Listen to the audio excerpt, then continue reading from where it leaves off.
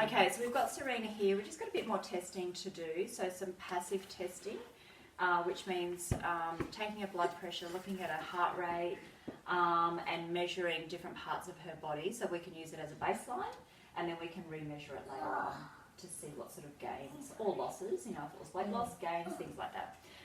Okay, so your date of birth, your age, and your height, which you said was 162, and your weight was 60.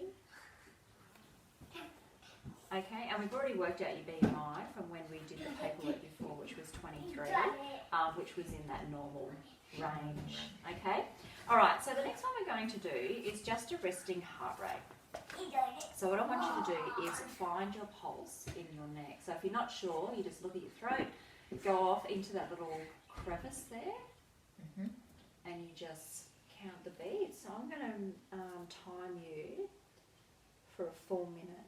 Okay, ready, set, and go. Why did he Thompson?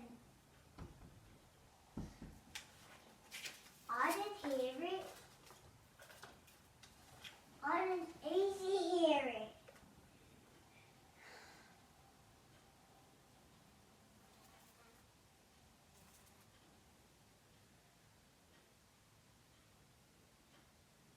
I didn't hear it. It sounded that thing.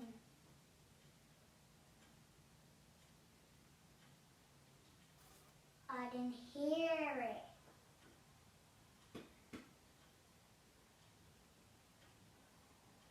Mom. Mom. He's up, Mom. Mommy. And stop. 45. Mommy. 45. Who's at the door? Oh, it's just a blanket. So, 2 more minutes, okay. Just wait. probably a little bit on the, well, not the low side, because you are very active and you are very fit by the looks of what you do with your exercise and all that sort of thing.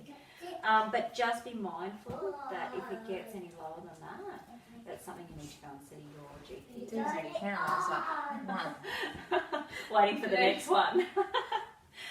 Yeah, because it usually, I mean, normal range is 60 to 100. So yeah, yours is on the low range, but being very healthy and fit and active, it can sit on that low range, but any lower than that can cause some problems, so you just need to go and get checked out and just keep an eye on it as well. And you just let me know too, like if you're feeling a bit off or something like that, we can always sit down and just check your heart rate, check your BP, just make sure that you're okay to train that day. Alright, so the next one is doing a blood pressure reading. Have you had your blood pressure taken before? Yep. Yep. Okay, so I'm just going to pop this on.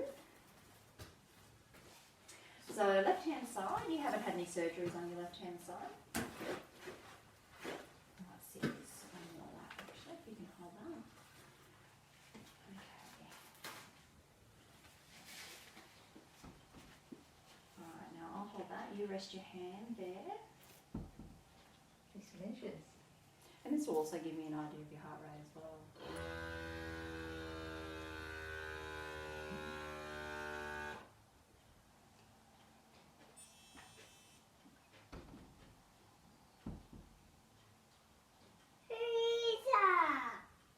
It's just the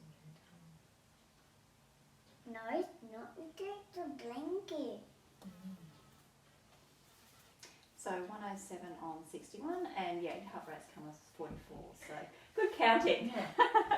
107 on 61, so again, that's on the low side, but you know, if that's what you normally sit at, and you don't have any problems with it, again, it's just something that you need to keep an eye on. And did you realise your blood pressure was that low? High blood pressure, low heart. Yeah, okay, so you are aware of it. Okay, so 107. Do you suffer from any dizziness if you get up quickly or anything like that? No, they were pretty good. Okay, and do you drink plenty of water? You do? Yeah. Okay, so the next one we're going to do is measurements around your chest, hips, arms, thighs, all that sort of stuff, because that can be a baseline for later on after our training. So I'm going to get you to stand up. So I'm going to start with your chest, and I'm going to get you to just put your arms out. I'm going to come around the side here, and then pop your arms down for me. That's it. I haven't been measured for a while, so this will be good. So that's 84.5.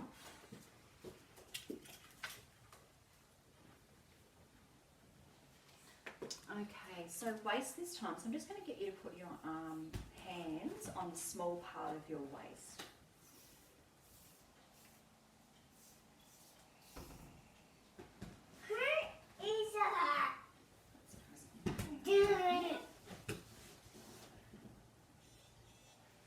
It feels nice and straight. And that's going to be 89.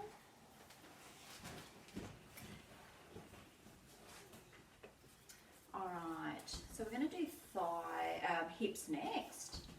So we're just going to come around the lower part of your hips.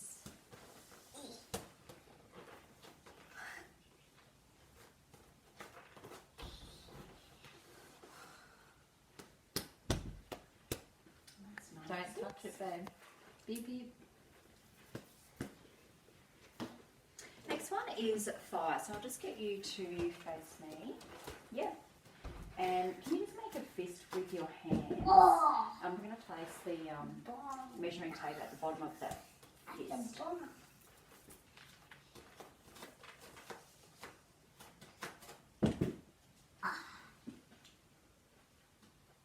that's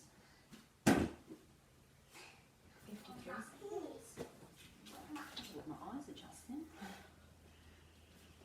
And the last one is arm. So just one arm, straight out to the side. Bigger. I'm just going to measure right in the middle of that. Now. That's Bigger. 24.5. Yes, I am. Bigger. And Alright, so that actually gives us a baseline of your measurements. So if muscle growth is something that you want to work on, we can then measure it later on after we've done our weights and all that sort of thing in our sessions to see if you've got that muscle growth. Alright, the next one we're going to do is have a look at your waist to hip ratio. So we're actually doing the measurement through the middle here.